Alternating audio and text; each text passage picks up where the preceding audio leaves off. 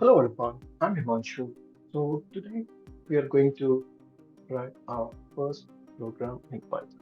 That is nothing but a Hello World program. In this, we will also see the use of format function, which is special in Python. It provides an easy way to allow insertions of variables inside a string. So what we really mean about that, we will see in this video. Now, let's start with the print. So in Python, it is really easy to print anything, right? So if you want to say hello world, you can just print it out, right? So let's go to the demo file, right? Now, our first program, we want to say hello world. And if we print it out, give us hello world. So yeah, we have succeeded in executing our first program, hello world. Right? So this uh, I just wanted this Hello World program, to self-format. I just wanted to use the Hello World. So what I'll do, I'll take two variables out of it. I'll create two variables. I'll keep hello inside first and world inside second. More than exclamation mark, right? Now, what I'll say inside print, I'll say braces, another braces, and then say dot format and the name of the variable, which I have to substitute, right? The first one has hello and the second one has world.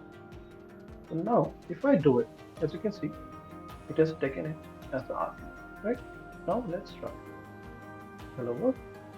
So what we understood here is format function in Python allows us to insert variables inside the strings.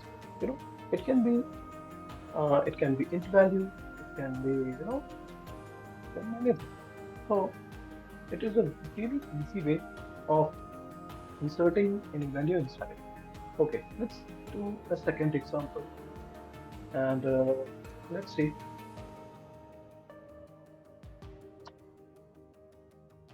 Let's do another example that I have written in my PPT.